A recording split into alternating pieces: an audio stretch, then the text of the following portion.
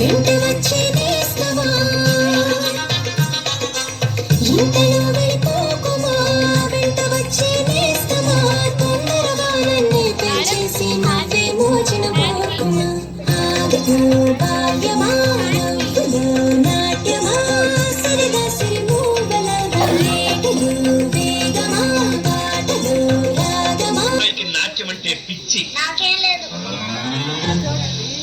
అందరి ముందు నా పరువు తీసింది. ఏ హరికథలు చెప్పుకునే వాడికి పుట్టింది కదా, ఆ మాత్రం చేయలేదా? నా వల్ల ఎందుకు కాదు? హరికథలు చెప్పేయండి, నేను చేసి చూపిస్తా. నాట్యం మీద ఇష్టంతో కాదు, తన వల్ల కాదు అన్నారన్న కోపంతో దూరం నుంచే చూస్తూ నాట్యం నేర్చుకున్న మొండిగట సావిత్రి.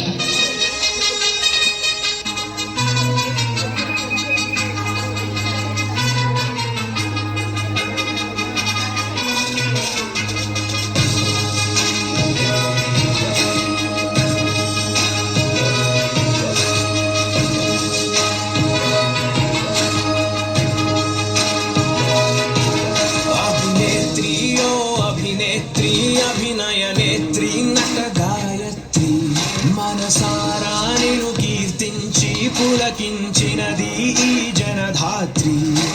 నిండుగా ఉందిలే దుర్గ దీవెనం, ఉందిలే జన్మకు దైవ కారణం, నువ్వుగా వెలిగే ప్రతిభాగుణం ఆ నటరాజుకు స్త్రీ రూపం. కళకే అంకితం నీ కణకణం, వెండి తెరకెన్నడో ఉందిలే పేరుతో పాటుగా అమ్మనే పదం, నీకే దొరికిన సౌభాగ్యం. మహానటి మహానటి మహానటి మహానటి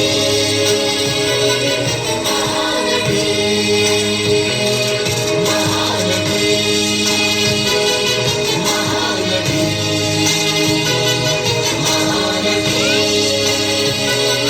మహానటి